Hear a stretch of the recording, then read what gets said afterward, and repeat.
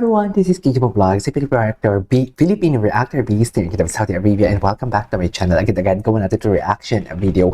Ang Instagram read ni David Licauco and Barbie Forteza for today's video. So I won't take any longer. Excited ako makita to kung ano ang mga nakaalagay sa kanyang tag, sa kanyang IG story, and may mga bagong post siya and everything. Tingnan natin yung mga comments as well. Marami tayong titingnan kasi it's been a while na hindi tayo nakagawa ng reaction video sa kanilang Instagram read.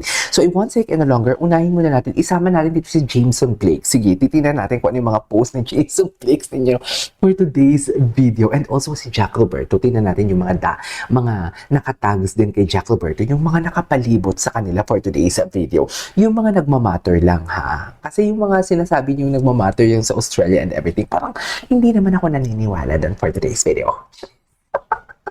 Diba? Hindi naman ako maniniwala for today's video. Pero titignan natin ha, kung may lumabas na ayuda na naman ha.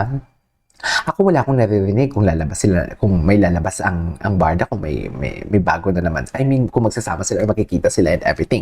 Pero, basta, yun na yung masasabi ko kasi baka matag na naman ako na inuunahan mo na naman sila and everything. Pero ito, unahan ko na kayo ha. Pag may lumabas na ayuda ang Barda, for sure, kung sino yung nag-i-issue na may girlfriend si David and si David, naku, dahil siya pa yung mauunang content niyan. Sa totoo lang.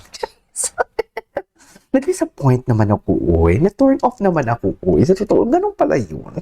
Tapos yung mga nagko-comment sa akin na puro mga daw, puro ata and everything. Dear, baguhin nyo yan. Kung sa kaso kayo, kung sa debate kayo, na parang nagdidebate kayo, di ba? Tapos, for example, abortion, diba? For example, abortion. Sang-ayon ka pa, hindi ka pa sang-ayon. Tapos ikaw hindi ka sang-ayon. Dapat walang marinig sa'yo na hindi. Na sumasang-ayon ka or ata or daw. Kasi for sure, pag masabi mo lang yan or kung may nag-agree ka na, for example, yung kalaban mo bumato, oo, sabihin na natin ganun, mali yun. Talo ka na. Kaya kung may mga ata and daw kayo sa statement ninyo, mean to say, hindi kayo firm sa pinapaniwalaan ninyo. Di ba? Ang masaklap lang kasi sa mga nababasa ko comment section, sinasabi nila na parang, KJ, tama na yung ginagawa mo kasi may girlfriend na daw. Ano ba? Inuutusan mo ako na tama lang gagawin ko, pero ni ikaw mismo hindi ka sigurado sa sinasabi mo. Kasi may mga ata and daw ikaw. Yung totoo, ate. Jeez. Yung totoo. Actually, marami nagsasabi na kung hindi totoo na may girlfriend si Barbie, kung hindi totoo na may girlfriend si David, kung hindi totoo may girlfriend si David, bakit daw nagmamatter pa? Yun yung sabi. Kasi alam, actually dati hindi ko yan pinapansin. Actually, hindi ko talaga yung pinapansin. Pero kasi, siyempre, as a Barda fan, I have to defend them as well. Lalong-lalo na kung may platform ako. And hindi naman ako nang-aaway dito. Pinapaintindi ko lang. Pinapa-enlighten ko lang. Although wala naman ako sa posisyon para mag-educate. Pero, alam mo yon, may mga matatag na nilalang din kasi na medyo nasiswerve, na medyo nalulungkot. Kaya andito ako to give good vibes and to enlighten them hindi naman sa real score, kasi hindi naman ako nagsispill dito ng kung ano ang real score talaga ng Barbie and David. But, that is not my story to tell. Ang sabi ko nga sa inyo, pero andito ako just magbigay ng aliw. Tingnan natin to, ang IG story niya. Ay, eto ka, si Nef. Si Nef to, diba? Eto na issue din tong lalaking to, pero it's not our story to tell na din. Eto, tingnan muna na natin to. Kaninong face to? Kay Jameson. Ba't parang bagay Jason ang Barbie? Mas bagay sila ni ano? Ni hindi ka sure. Chares! Ang gwapo ni Jameson. Ang gwapo din ni Jameson. Though may work lang talaga sila. Please, sa mga Barda fans na matatag na nilalang, please, don't hate Jameson. Just support their projects. Please don't spread. Alam mo yung kung sino yung dapat yung i-hate. No. Always choose to be kind. Mali yan. Alam mo, instead of hate ang ibigay nyo sa mga taong nag-i-issue or mga fake news peddler, huwag nyo na lang panoorin ang kanilang video. Yun lang yun. Huwag na lang ninyong panoorin. Yan lang yung sagot dyan. Mapapagod din yan kasi alam mo bakit? Alam mo bakit may mga nag-iiba ng niche? Kasi sawa na yung tao sa kanila eh. Sawa na yung tao na puro ganon ang chika nila. So kailangan nila magbago.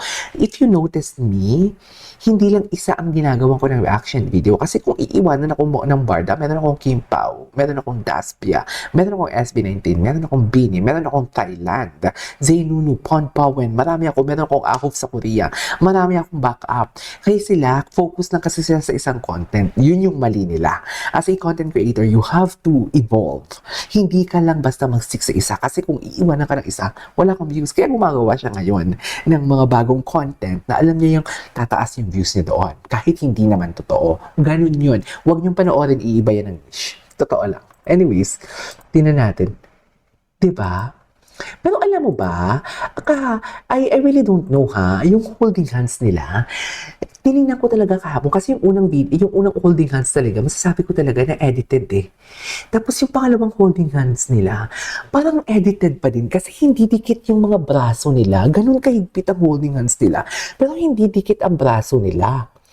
Tapos yung braso ni Barbie talaga, parang ano talaga, parang, alam mo yung gilid, parang pinatong na blurry. Tapos kung ano yung holding hand nila sa isang video, sa isang photo, ganun din yung holding hand nila sa pangalawang video. Yung tipong alam mo yung pinatong lang talaga. I really don't know, hindi ako sure. Pero may graphic designer, hanapin niyo sa mga videos ko. May graphic designer kasi talaga, marunong yan sila kumilates. So may graphic designer na nagsabi din na parang edited nga din naman daw talaga ang video. Pero hindi ako sure ha kung edited yun. Anyways, balik tayo kay Barbie. Balik tayo kay Barbie for today's video. Ayan. O, loko.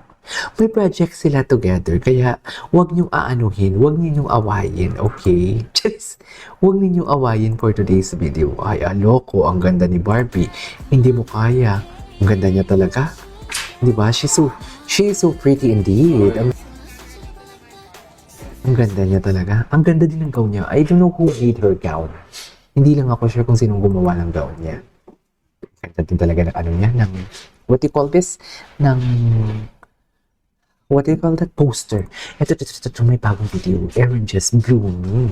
Ito ata yung dump niya ng October. If I'm not mistaken. Ng October. June. Dump niya ng June to. June dump nga, sabi niya. Ganda naman yung Barbie. Blooming talaga. Ay, mukhang kamukha niya yung mom niya, no? Sobrang kamukha niya yung mom niya. Ang cutie. Cutie. Sobrang kamukha niya talaga yung mom niya. Ay, ang ganda niya, mami. Hindi mo kaya. She's so pretty indeed. She's really, really pretty indeed. Is this Tapaki? Sabi ko sa Jollibee.